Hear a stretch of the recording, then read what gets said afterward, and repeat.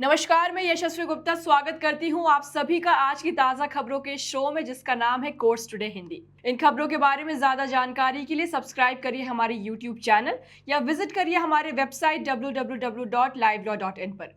Live law Hindi पर आपको सारी ताजा अपडेट्स मिल जाएंगी। चलिए बढ़ते हैं आज की कानूनी खबरों की ओर। सुप्रीम कोर्ट ने अशोका यूनिवर्सिटी के प्रोफेसर अली खान महमूदाबाद के खिलाफ ऑपरेशन सिंदूर पर की गई 2 सोशल मीडिया पोस्ट को लेकर दर्ज एफआईआर की जांच के लिए गठित हरियाणा पुलिस की एसआईटी यानी स्पेशल इन्वेस्टिगेशन टीम पर सवाल उठाते हुए पूछा कि वो गलत दिशा में क्यों जा रही है। आपको बता दें कि प्रोफेसर अली खान महमूदाबाद ने ऑपरेशन सिंदूर पर सोशल मीडिया पर कुछ टिप्पणियां की थी, जिसके बाद उनके खिलाफ एफआईआर दर्ज हुई।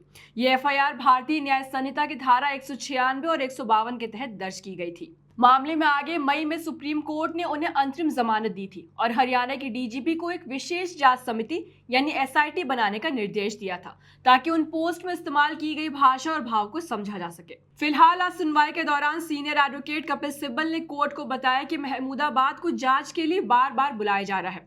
उनके मोबाइल और कुछ और डिवाइसेस भी जब्त किए गए हैं और उनसे पिछले 10 सालों की विदेश यात्राओं के बारे में पूछा जा रहा है, जबकि कोर्ट ने ऐसा कोई आदेश नहीं दिया था। जिस पर जस्टिस सूर्यकांत और जस्टिस जयमाल्या बागची की खंडपीठ ने एसआईटी से पूछा कि वो अपनी जांच का दायरा क्यों बढ़ा रही है। कोर्ट ने कहा कि एसआईटी को सिर्फ उन 2 सोशल मीडिया पोस्ट की जांच करनी थी, न कि प्रोफेसर की निजी जिंदगी या यात्राओं की। कोर्ट ने अपने आदेश में कहा कि चूंकि महमूदाबाद ने जांच में सहयोग किया है और अपने डिवाइसेस दे दिए हैं, इसलिए उन्हें दोबारा तलब न किया जाए। कोर्ट ने एसआईटी को 4 हफ्तों में जांच पूरी करने का निर्देश दिया और कहा कि अंतरिम जमानत की शर्तें सिर्फ उस विवादित मुद्दे पर बोलने से रोकती हैं और अन्य बातों पर वो अपनी राय दे सकते हैं। साथ ही कोर्ट ने हरियाणा सरकार से पूछा कि क्या उन्होंने नेशनल ह्यूमन राइट्स कमीशन को जवाब दिया है, जिसने एफआईआर दर्ज करने के तरीके को लेकर सवाल उठाया था। इस पर सरकार का जवाब अब भी लंबित है। इस मुद्दे पर आगे क्या अपडेट्स आते हैं जानने के लिए बने रहे हमारे साथ। सुप्रीम कोर्ट ने एक व्यक्ति को लंबे समय तक गलत तरीके से कैद रखने और बाद में बरी करने के मामले में कहा कि भारत में ऐसे मामलों में मुआवजा देने के लिए कानून की जरूरत है। कोर्ट ने कहा कि यह फैसला लेना संसद का काम है। जस्टिस विक्रमनाथ, जस्टिस संजय करोल और जस्टिस संदीप मेहता की खंडपीठ ने कहा कि अमेरिका जैसे देशों में गलत कैद के शिकार लोगों को मुआवजा देने के लिए कानून है, लेकिन भारत में ऐसा कोई विशेष कानून नहीं है। कोर्ट ने बताया कि लॉ कमीशन ऑफ इंडिया की 277वीं रिपोर्ट में इस मुद्दे पर चर्चा की गई थी, लेकिन उसमें गलत मुकदमे यानी रॉन्गफुल प्रोसिक्यूशन की समझ सिर्फ दुर्भावनापूर्ण मुकदमे तक ही सीमित थी, यानी ऐसे मुकदमे जो बिना अच्छे इरादे के शुरू किए गए हों। लेकिन रिपोर्ट में साफ तौर पर नहीं बताया गया कि अगर किसी को गलत तरीके से जेल में डाला गया हो, यानी अगर रॉन्गफुल इनकार्सरेशन का केस हो, तो उस स्थिति में क्या किया जाना चाहिए। कोर्ट ने कहा कि लंबे समय तक गलत कैद व्यक्ति के संविधान के अनुच्छेद 21 के तहत मिले जीवन और व्यक्तिगत स्वतंत्रता के अधिकार का उल्लंघन है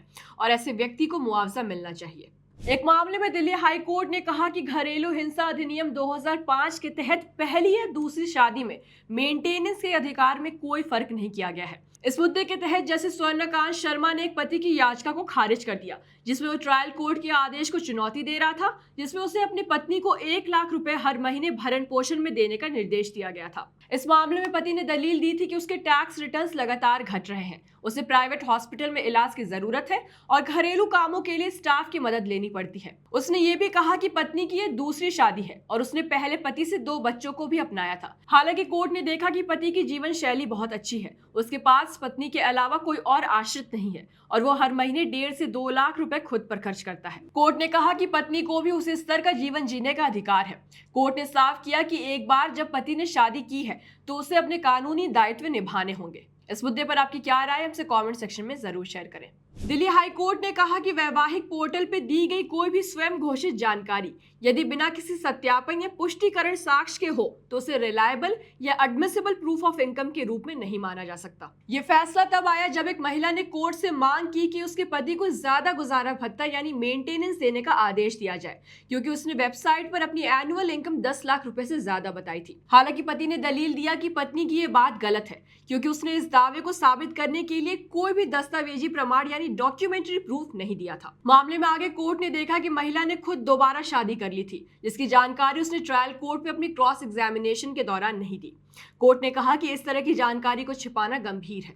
इस मुद्दे पर कोर्ट ने साफ कहा कि केवल अनुमान और वेबसाइट की जानकारी के आधार पर किसी की इनकम का फैसला नहीं किया जा सकता। जिसके बाद कोर्ट ने पत्नी की याचिका खारिज कर दी और कहा कि आय के बारे में कोई भी दावा तभी माना जाएगा जब उसके पास पक्के सबूत हो। दिल्ली की पटियाला हाउस कोर्ट ने अनअकैडमी को समाचार एजेंसी एएनआई की कॉपीराइट कंटेंट के उपयोग से रोकते हुए अंतरिम आदेश पारित किया है। जिला जज हेमानी मल्होत्रा ने अनअकैडमी को एएनआई की कॉपीराइट की गई कंटेंट को हटाने और भविष्य में उपयोग न करने का निर्देश दिया। एएनआई का आरोप है कि अनअकैडमी ने अपने YouTube channel path finder bye Unacademy और अन्य प्लेटफॉर्म्स पर 3 वीडियो में उसकी न्यूज क्लिप्स का अवैध रूप से इस्तेमाल किया, जबकि इसके लिए उसने कोई लाइसेंस या अनुमति नहीं ली थी। कोर्ट ने माना कि अगर एएनआई को तत्काल राहत नहीं दी जाती तो उसे काफी नुकसान हो सकता था। मामले में आगे गूगल एलएलसी के वकील ने कोर्ट को सूचित किया कि उल्लंघन वाले वीडियो हटा दिए गए हैं, जिसके बाद न्यायालय ने निर्देश दिया कि भविष्य में ऐसी कोई भी कंटेंट को ब्लॉक किया जाए। कोर्ट ने समन जारी करते हुए अगली सुनवाई 11 सितंबर को तय की है। अगर आपको ये वीडियो पसंद आई हो तो इसे लाइक और शेयर करना ना भूलें। मिलती हूँ कल फिर आपसे अगले जरूरी लीगल अपडेट्स के साथ। Thank you.